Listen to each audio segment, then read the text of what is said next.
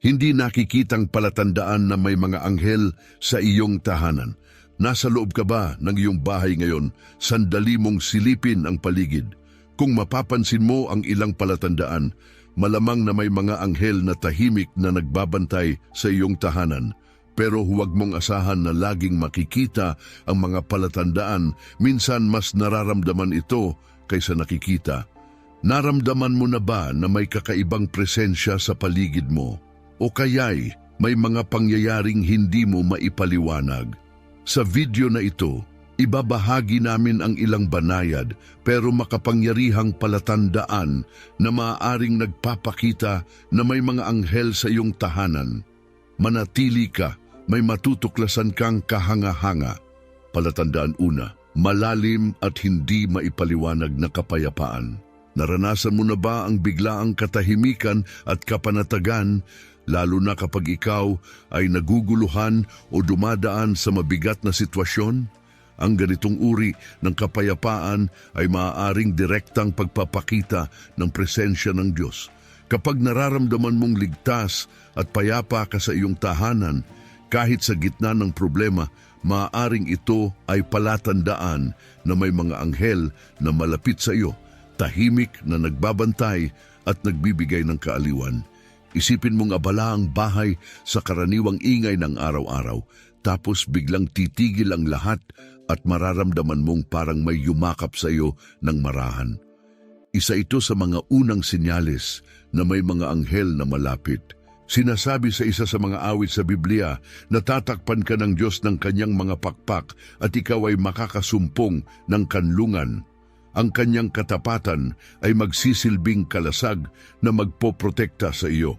Ang larawan ng pagkukubli sa ilalim ng mga pakpak ay nagbibigay ng init at kapanatagan. Minsan ay mararamdaman mo na lang ang isang malalim na katahimikan. Parang inakay ka ng mga bisig na hindi mo nakikita. Sa sulat ni Pablo sa mga taga-Filipos, isinulat niya na ang kapayapaan ng Diyos ay higit pa sa ating pangunawa at ito'y kayang protektahan ang ating puso at isipan. Hindi ito nangangahulugan na mawawala ang problema, kundi magkakaroon ka ng tahimik na lakas sa gitna ng pagsubok. Sa kasamaang palad, marami ang hindi nakakapansin sa mga palatandaang ito dahil abala sa mabilis na takbo ng modernong buhay. Subukan mong magkaroon ng tahimik na sandali araw-araw. Lumayo sa ingay, lumapit sa kalikasan at hayaang bumagal ang iyong galaw. Ang matibay at payapang damdamin na iyon ay paalala, hindi ka nag-iisa. Upang maramdaman ito ng mas malinaw, pakinggan ang iyong sarili. Kapag naramdaman mong tahimik ang iyong kaluluwa, magpasalamat ka. Manalangin ka at humingi na manatili sa iyo ang kapayapaang iyon at gabayan ka sa bawat hakbang. Lagi mong tandaan, malapit ang mga anghel, dala ang kapayapaan at proteksyon na kailangan mo. Ngayon, lumipat tayo sa susunod na palatandaan. Palatandaan 2, puting balahibo. Nakatagpo ka na ba ng puting balahibo sa isang lugar na hindi mo inaasahan? Walang ibon, sarado ang mga bintana, pero biglang may lilitaw na malinis na puting balahibo. Hindi ito aksidente. Ang mga puting balahibo ay isa sa pinakamalinaw na palatandaan na may mga anghel na malapit. Sumisimbolo ito ng kadalisayan at proteksyon mula sa langit. Sa aklat ng mga Hebreo, paalala na ang mga anghel ay ipinapadala upang tumulong sa mga tatanggap ng kaligtasan. Kapag nakakita ka ng puting balahibo, para itong mensahe na may makalangit na nilalang na nagbabantay sa iyo. Karaniwan itong lumilitaw sa mga hindi inaasahang lugar, sa iyong kama, sa pintuan, o minsan ay lumulutang pa sa hangin. Ang bawat balahibo ay may dalang tahimik ngunit matibay na mensahe, hindi ka nag-iisa. Sa kwento ni Jacob sa aklat ng Genesis, napanaginipan niya ang isang hagdang humahantong mula lupa patungong langit at ang mga anghel ay umaakyat at bumababa roon. Sa tuktok, naroon ang Panginoon at ipinakilala niya ang kanyang sarili bilang Diyos ng mga ninuno ni Jacob. Ang pangitaing ito ay paalala ng ugnayan ng langit at ng ating mundo. Kapag lumilitaw ang mga balahibo ng biglaan, isipin mo ito bilang bahagi ng hagdang iyon, simbolo ng paggalaw ng mga anghel sa iyong paligid kahit hindi mo sila nakikita. Minsan sinabi ni Jesus tungkol sa mga bata na ang kanilang mga anghel sa langit ay laging nakatanaw sa mukha ng Diyos. Ipinapakita nito na ang mga anghel ay laging mulat at handang kumilos para sa atin. Sa gitna ng ating pang-araw-araw na gawain, ang mga banayad na palatandaang ito ay maaaring magmulat sa ating mga mata sa mas malaking katotohanan. Kaya, sa susunod na makakita ka ng puting balahibo, huminto sandali. Pag-isipan mo ito. Maaring ito ay isang mapagmahal na paalala na hindi mo kailanman nilalakaran ang buhay ng mag-isa. Palatandaan 3, biglaang maliwanag na ilaw. Nakapansin ka na ba ng kakaibang liwanag sa iyong tahanan? Maaring isang kislap o glow na walang malinaw na pinanggagalingan. Ang mga liwanag na ito ay maaring isa pang palatandaan na may mga anghel na malapit. Kadalasan, ipinapahiwatig ng mga anghel ang kanilang presensya sa pamamagitan ng biglaang liwanag.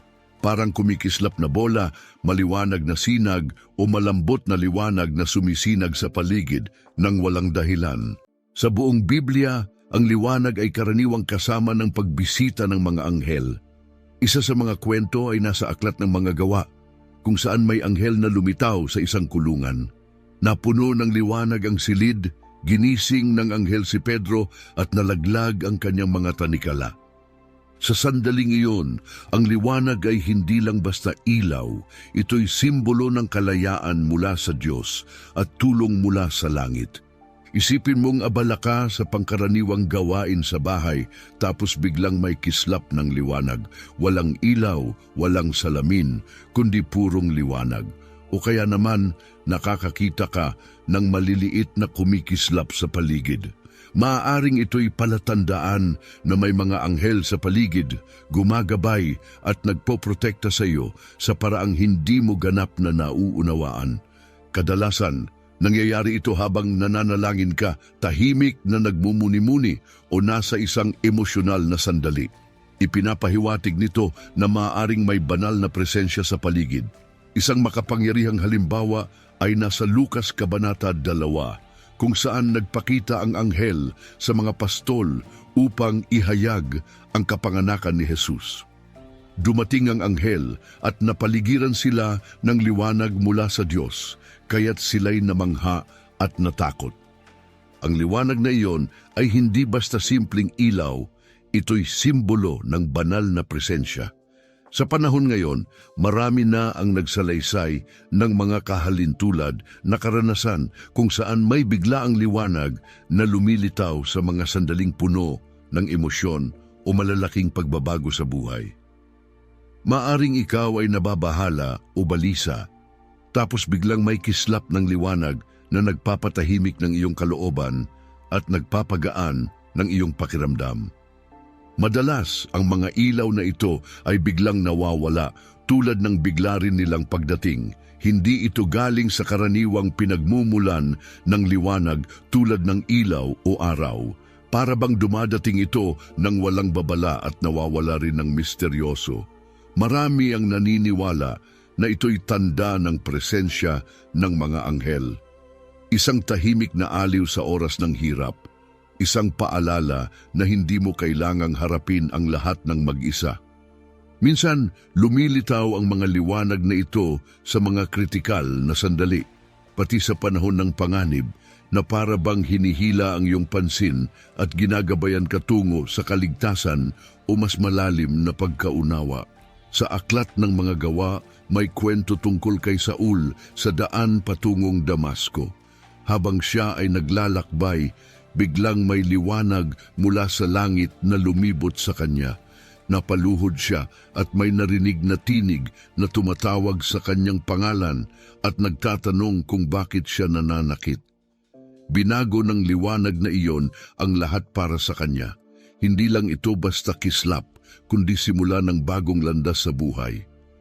Isa pang kwento ay ang kay Moises sa bundok Sinai. Pagkatapos niyang makipag-usap sa Diyos, bumaba siya mula sa bundok na ang kanyang mukha ay nagniningning sa sobrang liwanag kaya't hindi siya matingnan ng iba. Ang kislap na ito ay direktang bunga ng pakikipagtagpo sa Diyos, isang patunay kung gaano kalapit ang liwanag sa kabanalan. Hanggang ngayon, maaari mo pa ring maranasan ang katulad nito sa tahimik na paraan, isang marahang liwanag sa iyong tahanan na walang pinagmumulan, para bang may kandilang hindi mo nakikita ang sumisindi. Sa panahon ng panalangin, maaaring lumitaw ang mga liwanag na ito, pinupuno ang silid ng init at paalala na hindi ka nag-iisa. Ang kulay ng liwanag ay may kahulugan din. Ang maliwanag na puti ay sumisimbolo ng kadalisayan at espiritual na presensya. Ang gintong liwanag ay maaaring nagpapakita ng karunungan at banal na proteksyon, habang ang banayad na bughaw ay tumutukoy sa kagalingan at kapayapaan. Mahalaga ring pansinin kung kailan lumilitaw ang mga liwanag na ito. Kung ito'y habang ikaw ay nananalangin, nagmumuni-muni o emosyonal, maaaring hindi ito aksidente. Maaaring tunay na palatandaan ito na may mga anghel sa iyong paligid na nagnanais kang gabayan. Magpatuloy tayo. Palatandaan 4, biglaang pagbabago ng temperatura. Napansin mo na ba ang biglaang pagbabago ng temperatura sa paligid mo kahit walang malinaw na dahilan? Baka komportabling mainit ang silid pero biglang may malamig na hangin na dumampi sa iyong balat. O kaya'y malamig ang paligid pero biglang tila may init na yumakap sa iyo. Ang mga biglaang pagbabagong ito sa temperatura ay maaaring palatandaan ng presensya ng mga anghel. Sa maraming espiritual na karanasan, inuugnay ang mga anghel sa mga pagbabago sa likas na kalikasan. Isang halimbawa ay ang kwento ng propetang Elias. Sinabi ng Diyos sa kanya na tumayo sa bundok at maghintay. Dumaan ang isang malakas na hangin na nagwasak ng mga bato, pero wala roon ang Diyos. Sumunod ang lindol at pagkatapos ay apoy, pero hindi rin roon naroroon ang Diyos. Sa huli, may narinig siyang banayad na tinig at sa katahimikang iyon, naranasan niya ang presensya ng Diyos. Tinuturuan tayo nito na kadalasan dumarating ang banal sa tahimik at marahang paraan. Kaya isipin mong nasa bahay ka, nanonood ng pelikula o nakikipagkwentuhan at biglang naramdaman mong parang niyakap ka ng malamig na hangin, hindi karaniwang lamig kundi isang lamig na may kasamang pakiramdam ng proteksyon. Maaring iyon ay presensya ng anghel, lumalapit upang punuin ng pagmamalasakit at pag-aaruga ang paligid mo. Sa kabilang banda, ang init ay maaari ring palatandaan ng banal na presensya. Sa mga malalim na panalangin o masidhing emosyonal na sandali, may mga taong nakararanas ng init na parang yakap, tila isang di nakikitang haplos ng isang anghel na nagpapalakas ng loob at nagpapaalala na hindi ka nag-iisa. Sa aklat ng Eksodo, nakaharap ni Moises ang Diyos sa pamamagitan ng nagliliyab na halamang hindi nasusunog. Ang pambihirang apoy na iyon ay naging daan para sa makalangit na pakikipag-ugnayan. Ang init at liwanag ay naging simbolo ng enerhiya ng presensya ng Diyos. At kapag ang mga anghel ay dumarating bilang kanyang mensahero, maaaring dala rin nila ang parehong pakiramdam. Kaya sa susunod na makaramdam ka ng kakaibang lamig o init ng walang malinaw na dahilan, pag-isipan mo kung ano ang ginagawa mo sa oras na iyon. Ikaw ba'y nananalangin, nababalisa, naghahanap ng kasagutan? Maaring ang mga biglaang paglamig o pag-init ay hindi lang pisikal, kundi espiritual na palatandaan na hindi mo kailangang harapin ang lahat ng mag-isa. Ngayon ay dumako tayo sa susunod na palatandaan. Palatandaan 5, matamis at misteryosong halimuyak. Isipin mong abala ka sa iyong karaniwang gawain sa bahay tapos biglang may masarap na samyo sa hangin. Maaaring amoy bulaklak, banayad na insenso o isang bango na hindi mo maipaliwanag, ngunit nagdadala ito ng kapayapaan at kaaliwan. At tulad ng paglitaw nito, bigla rin itong nawawala, walang bakas kung saan ito nanggaling. Minsan ang ganitong kaaya-ayang halimuyak ay banayad na paalala na may mga anghel na malapit, tahimik na nagbabantay, nagbibigay ng pagmamahal at proteksyon. Sa buong Biblia, may malalim na kahulugan ng mga samyo, madalas ay sagisag ng mga bagay na banal. Isang makapangyarihang halimbawa ay matatagpuan sa Exodo Kabanata 30 kung saan binigyan ng Diyos si Moises ng detalyadong tagubilin upang lumikha ng banal na insenso. Sinabi ng Panginoon kay Moises na tipunin ang pantay-pantay na bahagi ng pinong sangkap, dagta, onitsya, galbanum at dalisay na kamanyang at paghaluin ito na parang isang bihasang tagapaghalo ng pabango. Kailangang maging dalisay ito, tinimplahan ng asin at ituring na sagrado. Pagkatapos, inutusan si Moises na durugin ito at ilagay sa harap ng kaban ng tipan kung saan nangako ang Diyos na makikipagtagpo sa kanya. Ang sandaling iyon ay nagpapakita kung paanong ang halimuyak ay may kaugnayan sa banal, isang bagay na sagrado na nagpapahiwatig ng pagiging malapit ng Diyos. Isipin mong nasa bahay ka, abala sa pangkaraniwang gawain, tapos biglang may sumingaw na matamis na amoy ng bulaklak o insenso kahit wala ka namang nakikitang pinanggagalingan nito. Maaaring mangyari ito habang nananalangin ka o tahimik na nagmumuni-muni. Walang paliwanag, walang bulaklak, walang kandila, walang anumang pisikal na bagay na posibleng nagdudulot nito. Ang hindi inaasahang halimuyak na iyon ay maaaring palatandaan na may mga anghel na malapit, nagbibigay ng kapayapaan at katiyakan. May isa pang pagtukoy sa samyo sa banal na kasulatan sa aklat ng awit ni Solomon. Doon, inihambing ang pangalan ng Diyos sa isang napakabangong pabango, isang halimuyak na nakalulugod at pumupuno sa hangin, na humihikayat ng pag-ibig. Kay bango ng iyong mga langis, ang iyong pangalan ay tulad ng pabangong ibinuhos.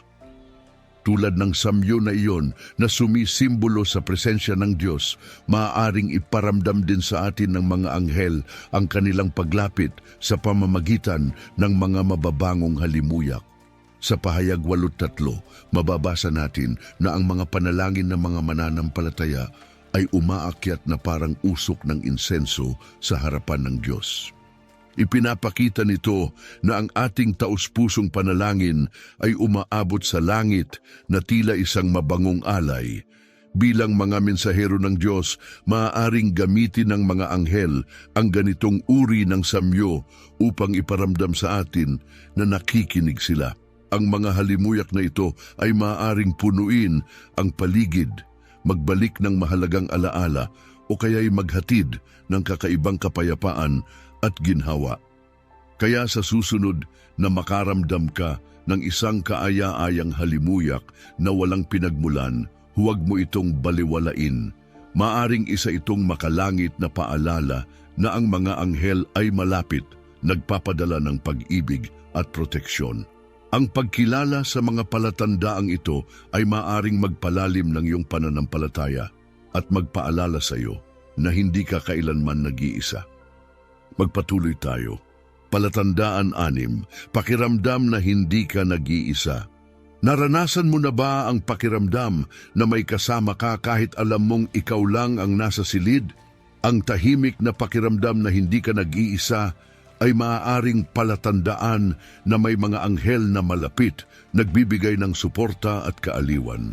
Sa Biblia, maraming pagkakataon kung saan naramdaman ng mga tao ang presensya ng mga anghel sa oras ng pangangailangan o pagdurusa. Isang matibay na paalala ay matatagpuan sa awit 71. Mag-uutos siya sa kanyang mga anghel upang bantayan ka sa lahat ng iyong landas. Bubuhatin ka nila upang hindi matisod ang iyong paa. Pinapalakas ng talatang ito ang ating loob na ang mga anghel ay laging naroon, handang tumulong sa ating mga pagsubok. Isipin mong nasa bahay ka, maaaring pagod o nag-iisa at biglang naramdaman mong may kalmadong presensya na tila lumapit sa iyo. Parang isang mainit na yakap na hindi mo nakikita, nagdadala ng kapayapaan, lakas at kapanatagan. Walang lohikal na paliwanag, pero sa kaibuturan mo, alam mong may gumagabay at umaalalay. Sa aklat ni Daniel, may kahalintulad na karanasan. Sinabi niya na may kamay na humawak sa kanya, kaya siya ay nanginig. Pagkatapos, may tinig na nagsalita, "Daniel, ikaw ay mahalaga. Makinig ka sa aking sasabihin sapagkat ako'y isinugo sa iyo." Narinig ni Daniel ang tinig at naramdaman ang haplos ng isang anghel. Ito ang nagpalakas ng kanyang loob at nagpabatid sa kanya na hindi siya nag-iisa sa kanyang mga pagsubok. Hanggang ngayon, maraming tao ang nagsasalaysay ng ganitong karanasan.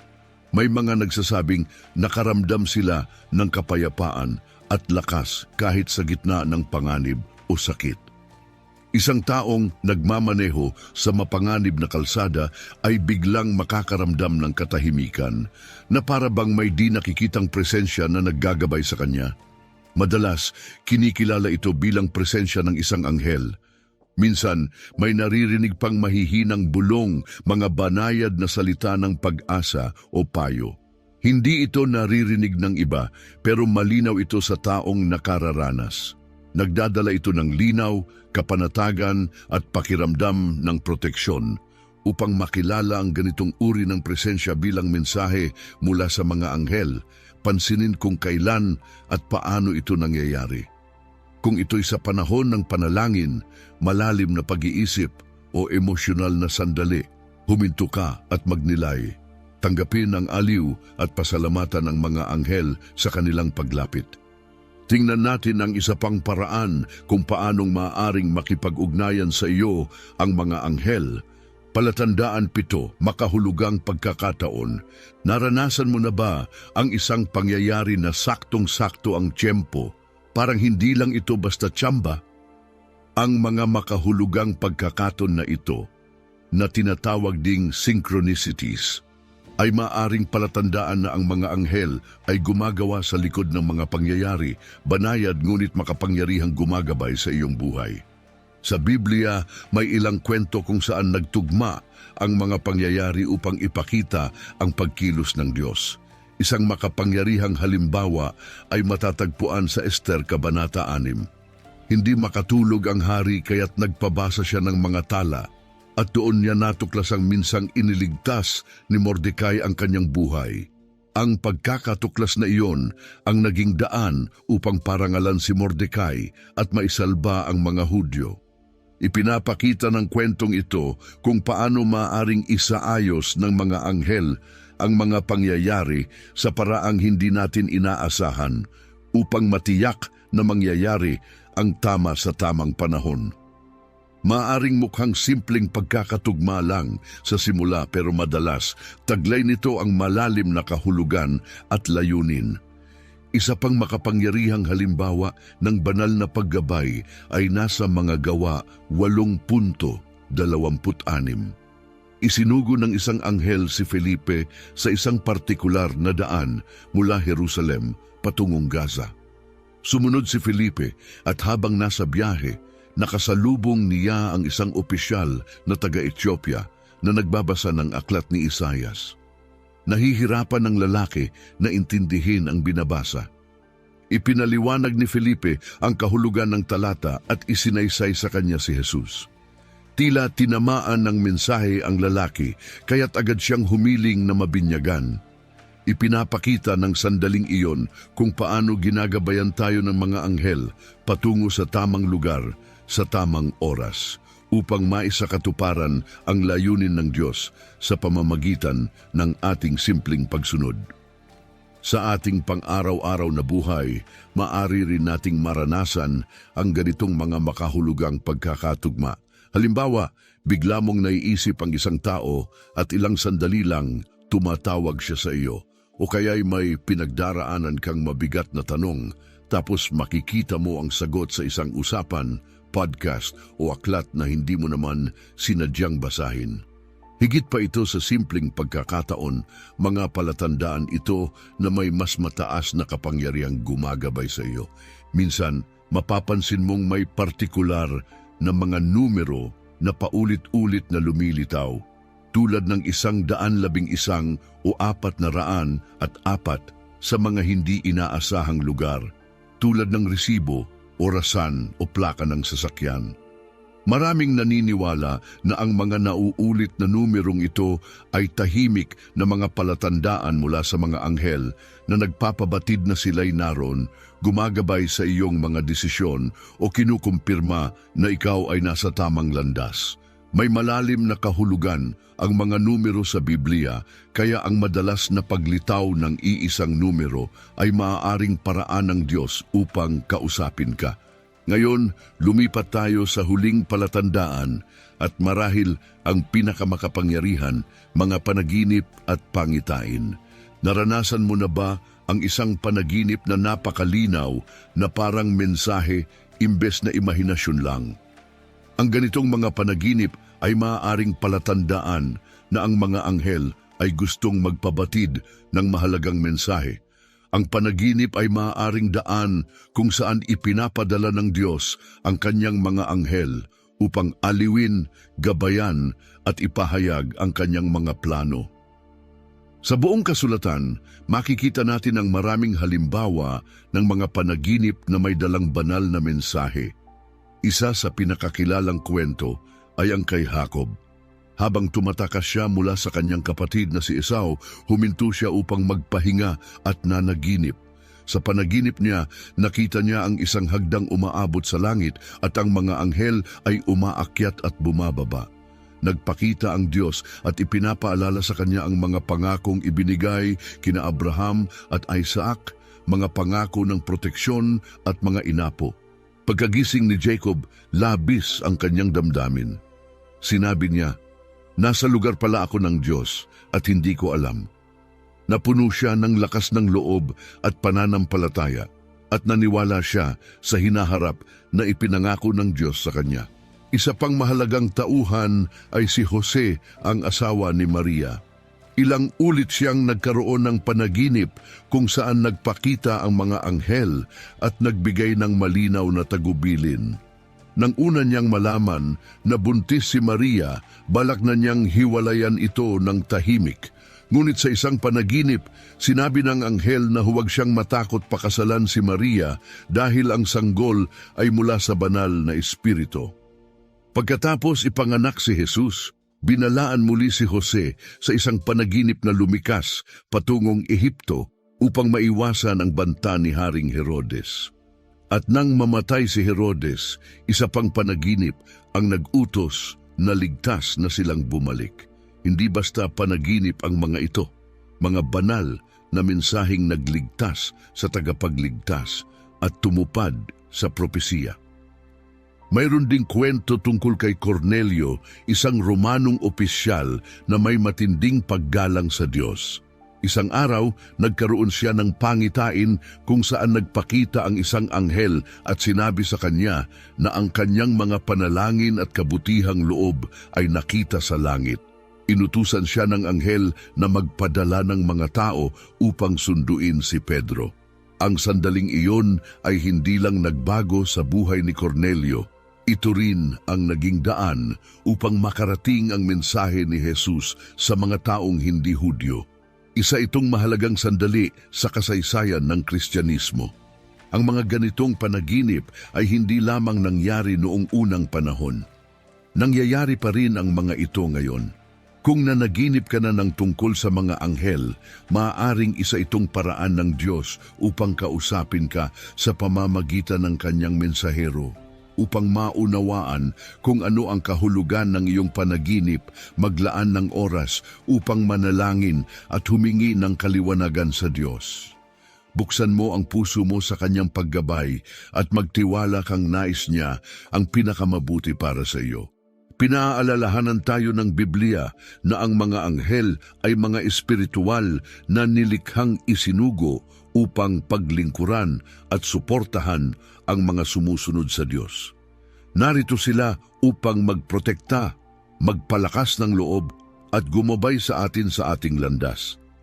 Ang isang panaginip tungkol sa anghel ay maaring isang napakagandang paraan ng Diyos upang iparamdam sa iyo na ikaw ay minamahal, sinusuportahan at kailanman ay hindi nag-iisa. Ang mga panaginip ay hindi lamang basta mga imahe sa ating isipan. Maaari itong maging mga espiritual na kasangkapan na ginagamit ng Diyos upang direktang kausapin ang ating puso. Mula pa noong sinaunang panahon, ang mga panaginip ay naging daan ng mga mensahe mula sa langit. Kaya't mahalaga na huwag mo itong baliwalain. Kapag nagkaroon ka ng makabuluhang panaginip, seryosohin mo ito. Magnilay, manalangin para sa pagkaunawa, at hayaang ang banal na espiritu ang gumabay sa iyong tugon. Maaaring may mahalagang sinasabi ang Diyos sa iyo, at ang kanyang mga anghel ay laging handang ihatid ang mensaheng iyon. Ngunit narito ang isang bagay na maaaring hindi mo pa alam.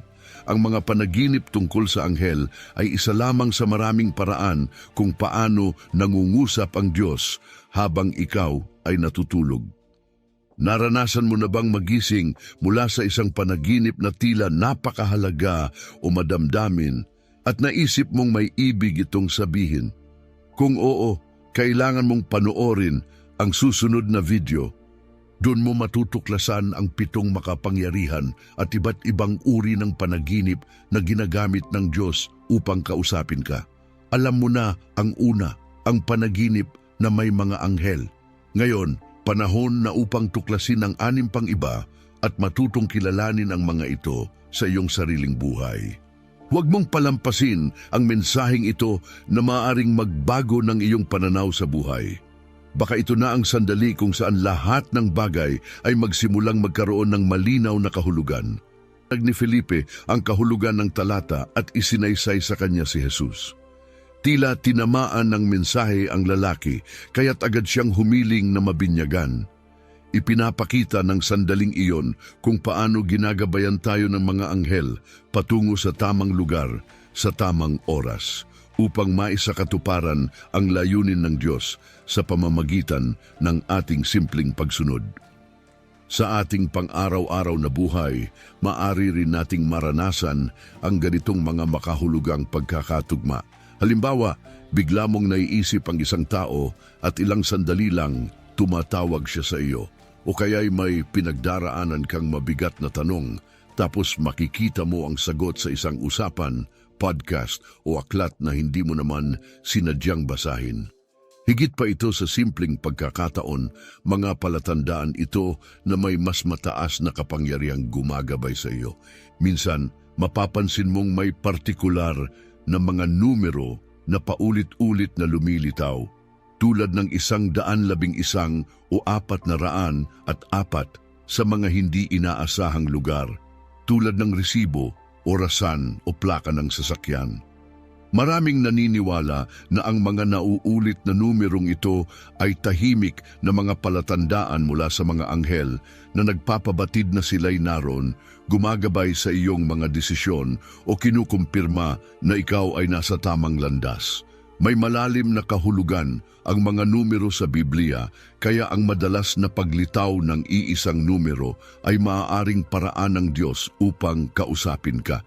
Ngayon, lumipat tayo sa huling palatandaan at marahil ang pinakamakapangyarihan, mga panaginip at pangitain.